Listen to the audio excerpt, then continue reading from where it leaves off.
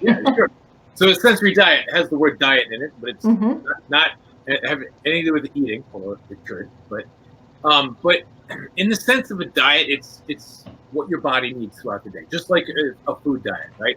And being proactive is, I feel it's extremely crucial. So you can be proactive, you Ah, can be yes. reactive, right? Just like Hmm. if you were to eat food, if you're proactive about the food you get, generally you buy the healthier food. Once you Hmm. buy, you're in a donut, you need a couple donuts. Right. But generally you're proactive about the food that you buy, and that therefore you get the healthier food, as opposed to you didn't prepare and you're reactive and you pass the Burger King and you get, the Mm. food you put in your body, that junk food is still going to sustain you. It's still going to do the job, but it's not as functional. It's not as efficient.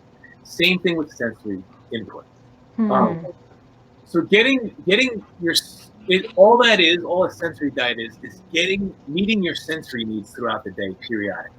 And Hmm. that's going to look different for everybody. It's going to look different on it could be look different from day to day. Um, Yeah. you know, simplify it, we can kind of break it into like seekers and avoiders. So seekers Hmm. are easy to talk about because they're kind of more obvious. But kids that are seeking sensory input, um, my son, I have two boys, one with kind of unique sensory needs. He's a tactile guy. Mm. He seeks tactile input often, and so what I do to provide that sensory input, to make part of his diet is getting that input throughout the day. So we start off the day before he has to sit down at a computer for virtual school, which is Hmm. he just turned 6.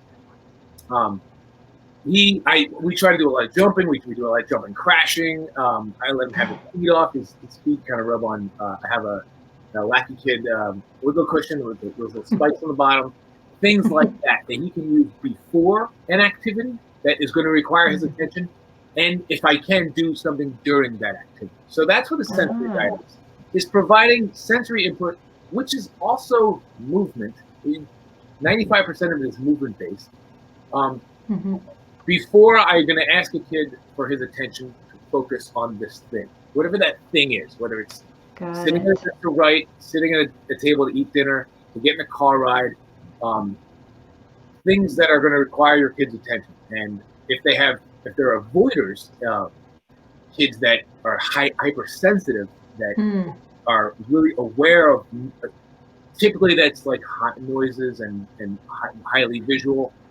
Part of their sensory diet could look like getting some deep pressure before going to the supermarket. And while Mm. they're there, maybe giving them some headphones or giving them a hat or a hoodie to reduce their vision, as well as afterwards, because afterwards those kids that try to avoid those kinds of situations, they're going to be on edge. Their anxiety is going to be high. So they're Right. providing those sensory strategies that's particular to you kids, so they can just relax. And we all do it. We Mm. all do sensory. We all have sensory diets. I get That's up so at work true. and Yeah. I have coffee. That's part of my sensory diet. My alert level up, right? When Right. I'm sitting in these, when I was a teacher, I had to sit through meetings, or anybody who sits in meetings, you all do it. You all tap your foot, you all put Hmm. your hand, you all stand up. We're stretching, we're moving, we're getting our body to a regulated state so we can pay attention to this, whatever this is, right? Hmm. Hmm. So that's also part of a sensory diet. We just have to be really intentional about it with some of our kiddos. And part of that is understanding sensory, then understanding the kiddo, and then understanding your kiddo's sensory needs. And that goes with talking to your OT or filling out sensory profile or some other Hmm. assessments, and anyone who works with your kid. But so that's my example, my explanation of a sensory diet, if that makes sense.